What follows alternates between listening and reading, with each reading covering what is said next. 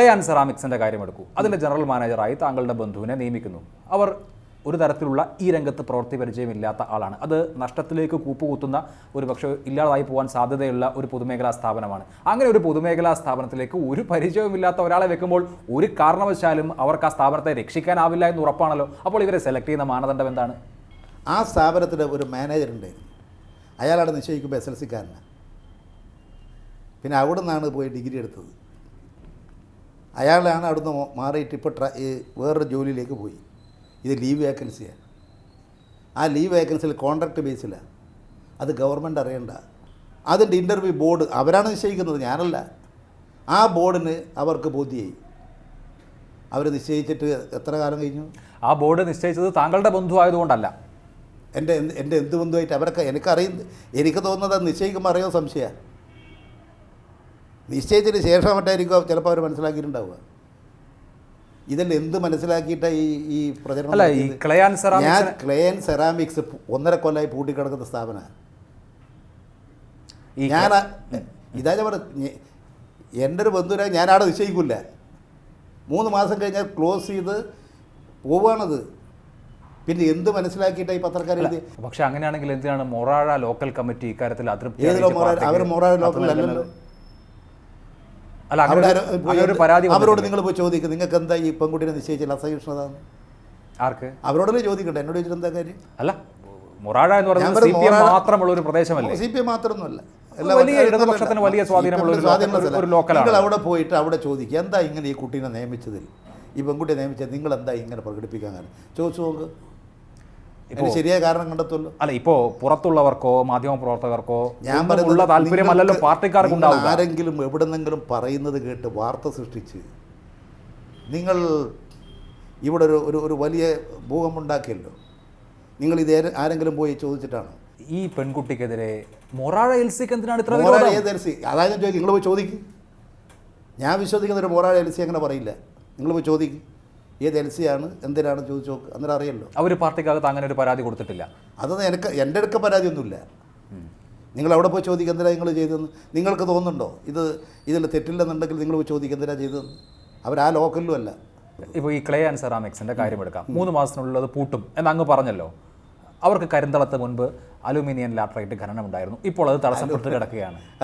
താങ്കൾ അതുമായി ബന്ധപ്പെട്ടുള്ള പ്രശ്നങ്ങൾ തീർക്കാൻ ഇടപെട്ടിട്ടുണ്ടല്ലോ. അവിടെ പോയി ഞാൻ ചെയ്യേണ്ടത് അത് ചെയ്യണം. സ്ഥാപനത്തെ രക്ഷപ്പെടാൻ ഒരു സാധ്യത ഉണ്ടോ എന്ന് തേടുകയാണല്ലോ. ആ സ്ഥാപനം രക്ഷപ്പെടുത്താനല്ല, ആ സ്ഥാപനം പൂട്ടാൻ നടത്താൻ കഴിയില്ല. അതെന്തുകൊണ്ടാച്ചാൽ അത് എടുക്കുന്നത് അതാ ഞാൻ പറഞ്ഞു, നിങ്ങൾ ഇതിനെക്കുറിച്ചൊന്നും മനസ്സിലാക്കാതെയാണ് പറയുന്നത്. പഴയങ്ങാടിയിൽ നിന്ന് ചൈന ക്ലേ എടുക്കുന്നുണ്ട്, കണ്ണപുരത്ത് ചൈന ക്ലേ എടുക്കുന്നുണ്ട്. ആ ക്ലേ എടുത്തിട്ടാണ് അത് വർക്ക് ചെയ്തുകൊണ്ടിരുന്നത്. ആ ക്ലേ എടുക്കാൻ ജനങ്ങൾ പ്രക്ഷുബ്ധരായി നടത്താൻ സമ്മതിക്കാതെ ഈ കമ്പനി പൂട്ടിച്ചു. 1.5 കൊല്ലം 2 കൊല്ലമായിട്ട് ഇപ്പം നടക്കുന്നില്ല. ഈ കമ്പനി ഇല്ല, ക്ലേയാൻ സെറാമിക് ഇല്ല. അപ്പോൾ 10-300 തൊഴിലാളികൾ പഴയങ്ങാടിയുണ്ട്. ഇതിനു വേണ്ടി വേറെ ക്ലേ എടുക്കുന്നൊരു സ്ഥലമായിരുന്നു ഇവിടെ, പിന്നെ നീലേശ്വരത്ത് കരിന്തളം. ആ കരിന്തളത്ത് ഇതെടുക്കാൻ അവിടുത്തെ ജനങ്ങൾ സമ്മതിക്കുന്നില്ല. അവിടെ എന്താ വെച്ചാൽ അവിടെ വല്ലാത്തൊരു തരത്തിലുള്ള അന്തരീക്ഷം ഉണ്ടാക്കിയിരുന്നു. അത് ഉണ്ടാക്കിയതിൽ ഈ ക്ലേയാൻ സെറാമിക്സിൻ്റെ മേലെ ഞാനിപ്പോൾ നടപടി ആലോചിച്ചുകൊണ്ടിരിക്കുന്ന സമയമാണ്. അവിടെ എന്താ വെച്ചാൽ ഇവിടെ ഈ മലബാർ സിമെൻറ്റ്സിന് വേണ്ടിയിട്ടാണ് ഈ ചെങ്കല്ലെടുക്കുന്നത്. അത് മലബാർ സിമെൻറ്റ്സിന് റോ മെറ്റീരിയലാണ്. അതെടുക്കുന്നത് ഏറ്റവും നല്ല ഈ ഇൽമനേറ്റ് കൂടുതലുള്ള ചെങ്കല്ലാണത്. അതെടുക്കുന്നത് ഇവിടുന്നാണ്, കരിന്തളത്തുനിന്ന്. അവിടുന്ന് മലബാർ സിമെൻറ്റ്സിൻ്റെ പേരിൽ വൻതോതിൽ ഇതെടുത്തിട്ട് ഇത് മുഴുവൻ മറ്റ് സംസ്ഥാനത്തിലെ വൻ ആളുകൾ കടത്തിക്കൊണ്ടുപോയി. അങ്ങനെ വന്ന് ആ പ്രദേശ നാട്ടുകാർ മുഴുവൻ പ്രക്ഷോഭത്തിലേക്ക് വന്നു. അവസാനം അവിടുന്ന് എടുക്കാൻ വിടാതായി, അടച്ചുപൂട്ടി. എന്തുകൊണ്ടാണെന്ന് വെച്ചാൽ മലബാർ സിമെൻറ്റ്സിനല്ല അവിടുന്ന് എടുത്തത്. നിങ്ങൾ അതെല്ലാം പോയി ഈ ഗവേഷകന്മാർ അവിടെയെല്ലാം പോയി എന്താ കാര്യം എന്ന് അന്വേഷിക്കണം. പാർട്ടി ഇക്കാര്യം സംഘടനാപരമായും പരിശോധിക്കുമല്ലോ. വാർത്തകൾ വരുന്നത് സംഘടനാ നടപടി തന്നെ ഉണ്ടായേക്കും. നിങ്ങൾ പറയുന്നതൊന്നും ശരിയായിട്ടുള്ള വാർത്തയല്ല. എല്ലാം ഭാവനാ സൃഷ്ടിയായിരുന്നു. ആ ഭാവനാ സൃഷ്ടിയാണ് നിങ്ങളെല്ലാം. പിന്നെ ഭാവന ശരിയായില്ലേ എന്നൊക്കെ നിങ്ങൾ ചോദിക്കുന്നുണ്ടാവും. ചിലപ്പോൾ വരും, കാടടച്ച് വെടിവെക്കലുണ്ട്. ചില ഭാവനാ സൃഷ്ടി വന്നിട്ടുണ്ടാവും. തിരുത്തൽ നടപടികൾ തുടങ്ങിക്കഴിഞ്ഞു എന്ന് പറഞ്ഞത് സീതാറാം യെച്ചൂരി തന്നെയാണ്, മാധ്യമങ്ങളല്ല. അദ്ദേഹത്തോട് ചോദിക്കുക എന്താ തിരുത്തൽ നടപടി. അതായത് അദ്ദേഹം എന്താ പാർട്ടി ജനറൽ സെക്രട്ടറി പറയുമ്പോൾ അത് സംഘടനാപരമായ നടപടിയാണ്. അത് സംഘടനാപരമായിട്ട് ഇവിടുത്തെ കേരളത്തിൻ്റെ കാര്യം തന്നെയാണോ നിനക്കറിഞ്ഞുകൂടാ? താങ്കളുടെ വിഷയം ചോദിച്ചപ്പോഴാണ് പറഞ്ഞത്. അത് നിങ്ങൾ അവിടെ പോയി ചോദിക്കേണ്ട, ഇവിടെ ചോദിച്ചാൽ പോരെ. പാർട്ടി ജനറൽ സെക്രട്ടറി അവിടെ പോയി ചോദിക്കുന്നത് അതെ. ഞാൻ ചോദിക്കുന്നത് ഇവിടുത്തെ കാര്യം ഇവിടെയല്ലേ കാര്യമായി നിശ്ചയം ഉണ്ടാവുക. അപ്പോൾ നിങ്ങൾക്കൊരു ദുരുദ്ദേശമുണ്ട്, നിങ്ങൾക്കൊരു പുതിയ വാർത്ത സൃഷ്ടിച്ചെടുക്കണം. ആ വാർത്ത സൃഷ്ടിച്ചെടുക്കാൻ നിങ്ങൾ നടത്തിക്കൊണ്ടിരിക്കുന്ന ഒരു വ്യായാമം, നിങ്ങളെന്ന് ഞാൻ പറയുന്നത് മാധ്യമപ്രവർത്തകർ നടത്തിക്കൊണ്ടിരുന്നൊരു വ്യായാമം. പക്ഷേ താങ്കൾ കേന്ദ്ര കമ്മിറ്റി അംഗമാണല്ലോ. കേന്ദ്ര കമ്മിറ്റി അംഗത്തിനെതിരെ നടപടി എടുക്കണമെങ്കിൽ കേന്ദ്ര കമ്മിറ്റി ആലോചിക്കണമല്ലോ. അതുകൊണ്ടാണ് പാർട്ടി ജനറൽ സെക്രട്ടറിയോട് പാർട്ടിക്ക് നടപടി എടുക്കുന്നത് ഇങ്ങനെ പ്രത്യേകിച്ച് പറയുന്നത് നിങ്ങൾ ധരിച്ച് എന്നില്ല. പക്ഷേ സീതാറാം യെച്ചൂരി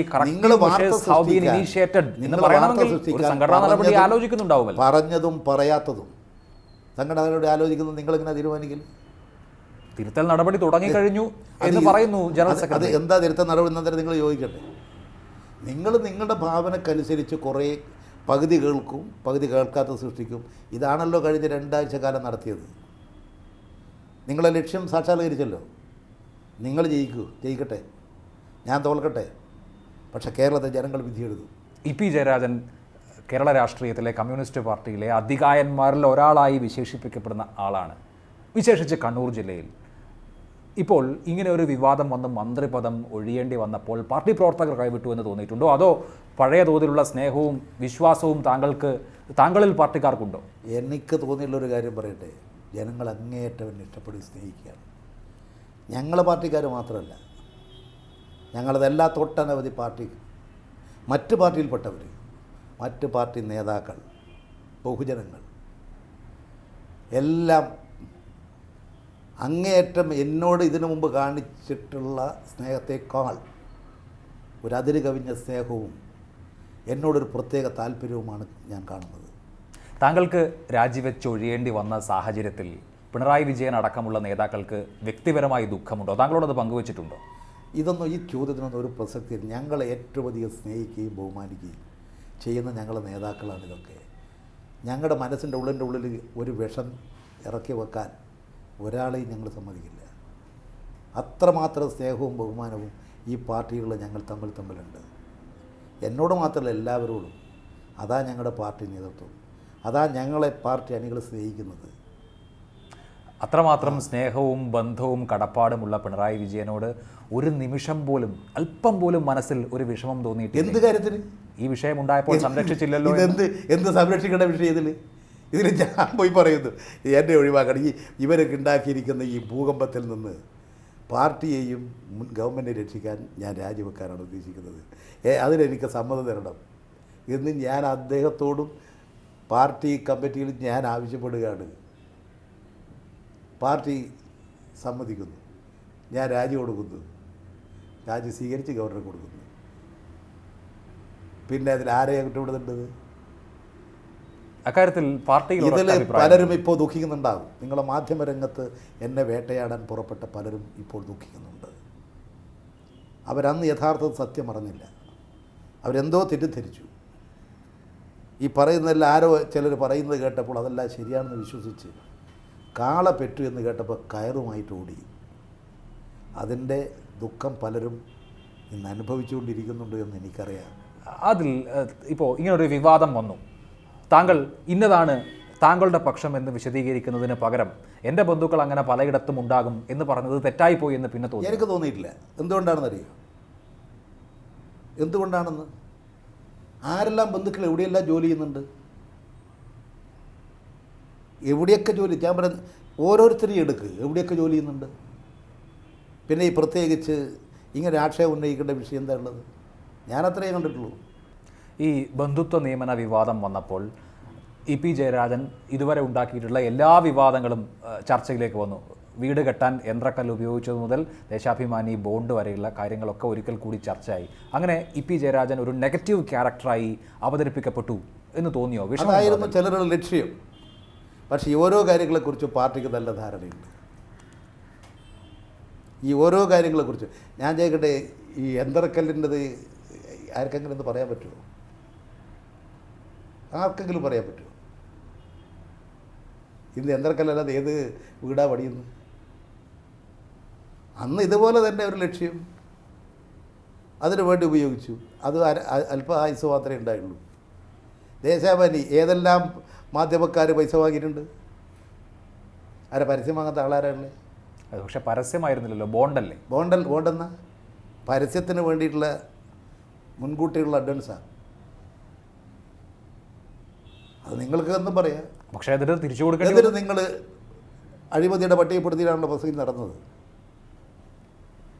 എല്ലാ നിയമങ്ങൾക്കും ചട്ടങ്ങൾക്കും വിധേയമായിട്ട് ബ്ലാക്ക് മണി അല്ല, ശുദ്ധ money, white money, proper channel to bank, അതിൻ്റെ അടിസ്ഥാനത്തിൽ ഒരു വ്യവസ്ഥ പ്രകാരം അവർ പരസ്യം തരുന്നുണ്ട്. എല്ലാ പത്രങ്ങൾക്കും പരസ്യം കൊടുക്കുന്നുണ്ട്, ഞങ്ങൾക്ക് തരുന്നുണ്ട്. ഞങ്ങൾ ആ പരസ്യത്തിൻ്റെ ചാർജ് മുൻകൂട്ടി വാങ്ങി. സാധാരണഗതിയിൽ ഒരു പരസ്യം വന്ന് പിന്നെ അത് ബില്ല് ചെയ്ത് ചിലപ്പോൾ കുടിശ്ശികയായി കിടക്കും. അങ്ങനെയൊക്കെയാണ് പരസ്യ വിപണിയിലെ അവസ്ഥ. പക്ഷേ ഇവിടെ ഒരു ലോട്ടറി രാജാവ് മുൻകൂറായി പണം നൽകി. ലോട്ടറി രാജാവ് മലയാള മനോരമക്കും മാതൃഭൂമിക്കും എല്ലാവർക്കും നിങ്ങൾ ചാനലുകാർക്കെല്ലാം നേരത്തെയാണല്ലോ പൈസ കൊടുക്കുന്നത്. ശരി, പക്ഷേ എന്നിട്ടും അത് തിരിച്ചു കൊടുക്കേണ്ടി വന്നല്ലോ. അത് ഞാൻ തിരിച്ചു കൊടുത്തു. പാർട്ടി തെറ്റാണെന്ന് വിലയിരുത്തിയല്ലോ. തിരിച്ചു കൊടുത്തത് എന്തുകൊണ്ട്? ഇത് തന്നെ വിവാദങ്ങൾ വന്നു. ആ തിരിച്ചു കൊടുത്തുകൊണ്ട് എന്താ വെച്ചാൽ ദേശാഭിമാനിക്ക് തൽക്കാലം കുറച്ച് സാമ്പത്തിക പ്രശ്നമുണ്ടായി. പിന്നെ പരസ്യം തരുമ്പോൾ നമ്മൾ അവരെ പരസ്യം തന്നെ ഉപേക്ഷിച്ചു. അല്ല, അതേ തുടർന്ന് താങ്കൾക്ക് ജനറൽ മാനേജർ സ്ഥാനത്ത് നിന്ന് മാറേണ്ടി വരെ വന്നുവല്ലോ. ഇങ്ങനെ നിരന്തരമായി പ്രശ്നങ്ങളിൽ പെടുക, അതിപ്പോൾ താങ്കളോട് പ്രത്യേക എന്തെങ്കിലും വൈരാഗ്യ മാധ്യമങ്ങൾക്കോ മറ്റുള്ളവർക്കോ ഉള്ളതുകൊണ്ടായിരിക്കില്ലല്ലോ, താങ്കൾ പോയി പ്രശ്നങ്ങളിൽ പെടുന്നത് കൊണ്ടല്ലേ? അല്ലല്ല, ഞാൻ എന്തെങ്കിലും ചെയ്യുന്നവർക്ക് വിമർശനം ഉണ്ടാകും. ഞാൻ നല്ല സന്യാസിയായി ഇരുന്നാലോ, ഉള്ളതെല്ലാം കഴിച്ച് ആഹാരം കഴിച്ച് നല്ല വചനവും പറഞ്ഞിരുന്നാൽ ഒരു പ്രശ്നമില്ല. ഞാൻ ജനങ്ങൾക്കിടയിൽ ജനങ്ങൾക്ക് വേണ്ടി പ്രവർത്തിക്കും. ദേശാഭിമാനിക്ക് 2 കോടി രൂപ ബോണ്ട് വാങ്ങിയ കാര്യത്തിൽ, പ്ലീനത്തിൻ്റെ സമാപന ദിവസം VM രാധാകൃഷ്ണൻ്റെ പരസ്യം ദേശാഭിമാനിയിൽ വന്ന കാര്യത്തിൽ, ഇപ്പോഴത്തെ നിയമന വിവാദത്തിലൊക്കെ താങ്കൾ സംശുദ്ധനാണ്, ഒരു തെറ്റും പറ്റിയിട്ടില്ല എന്ന് ആവർത്തിച്ച് വിശ്വസിക്കുകയും പറയുകയും ചെയ്യുകയാണോ ഇപ്പോഴും? പിന്നെന്താ? അക്കാര്യത്തിൽ ഒരു സംശയത്തിനും താങ്കളുടെ മനസ്സിലിടമില്ല. ഞാൻ ഒരാളൊരു കാര്യം ചെയ്യുന്നുണ്ടെങ്കിൽ അത് പൂർണ്ണമായി ശരിയെന്നുള്ള ബോധത്തിലാണ് അയാൾ ചെയ്യുന്നത്. അങ്ങനെ ചെയ്യുമ്പോൾ അത് പൊതുസമൂഹത്തിൻ്റെ അല്ലെങ്കിൽ പാർട്ടിയുടെ നിരീക്ഷണത്തിൽ അതിൽ ചിലപ്പോൾ ചില പിശക് ഉണ്ടായേക്കാം. ആ പിശക് സ്വാഭാവികമായി പാർട്ടി ചൂണ്ടിക്കാണിക്കും. അത് ചൂണ്ടിക്കാണിക്കുമ്പോൾ പൊതുധാരണയ്ക്കനുസരിച്ച് നമ്മുടെ ചിന്തയെ രൂപപ്പെടുത്തിയെടുക്കുക. താങ്കൾ മന്ത്രിസ്ഥാനത്ത് നിന്ന് പുറത്തു പോകേണ്ടി വന്ന സാഹചര്യം കണ്ണൂരിലെ CPIM-ൽ ഒരു വിഭാഗീയതയ്ക്ക് തുടക്കമിടുമെന്ന് കരുതുന്നവരുണ്ട്. അവരങ്ങനെ കരുതി ഇരുന്നോട്ടെ, ഒന്നും സംഭവിക്കില്ല. ഇവർ ചിന്തിക്കുന്നതിനനുസരിച്ചല്ല കമ്മ്യൂണിസ്റ്റ് പാർട്ടി മാർക്സിസ്റ്റ് സഖാക്കൾ ചിന്തിക്കുന്നത്. ഇവരുടെ ഈ പറയുന്ന ചില ആളുകൾക്ക് മനസ്സിലുണ്ടാകും, അത് മനസ്സിൽ കിടക്കും. കേരളത്തിലെയോ കണ്ണൂരിലെയോ കമ്മ്യൂണിസ്റ്റ് പാർട്ടിക്കകത്ത് ഒരു തരത്തിലുള്ള വിഭാഗീയം സൃഷ്ടിച്ചെടുക്കാൻ ഇതുകൊണ്ടൊന്നും സാധിക്കില്ല. പാർട്ടി പ്രവർത്തനത്തിൻ്റെ ഭാഗമായി നിരവധി തവണ ബോംബേറുകൾ ഏൽക്കേണ്ടി വന്നു, തലനാരിഴയ്ക്ക് രക്ഷപ്പെട്ടു, ഒരു തവണ വെടിയേറ്റു, ഇപ്പോഴും ആ വെടിയുണ്ട ശരീരത്തിൽ പയറി ജീവിക്കുന്നു. ഇങ്ങനെയൊക്കെ ഉള്ള ഒരു ത്യാഗനിർഭരമായ ജീവിതം ജീവിച്ചിട്ടും പാർട്ടി അതേ അർത്ഥത്തിൽ അതിനെ ഉൾക്കൊണ്ടിട്ടില്ല എന്ന് എപ്പോഴെങ്കിലും മനസ്സിലൊരു സങ്കടം. ഞാൻ ഇന്നത്തെ EP ജയരാജനായത് എൻ്റെ പാർട്ടിയിൽ ആയതുകൊണ്ടല്ലേ. ഞാനിത് ജയരാജനായിരിക്കുന്നത് എങ്ങനെയാണ്? നിങ്ങളിപ്പോൾ എന്നെ ഇൻ്റർവ്യൂ ചെയ്യുന്നതുകൊണ്ടാണ്. ഞാനിങ്ങനെ ഈ പാർട്ടിയിൽ വന്ന് പ്രവർത്തിച്ചു, പാർട്ടി എന്നെ ഈ സ്ഥാനത്തേക്ക് ഉയർത്തിക്കൊണ്ടുവന്നതല്ലേ. എന്നെയാക്കിയത് എൻ്റെ പാർട്ടിയല്ലേ. വളരെ നന്ദി Shri P. Jayarajan. Thank you.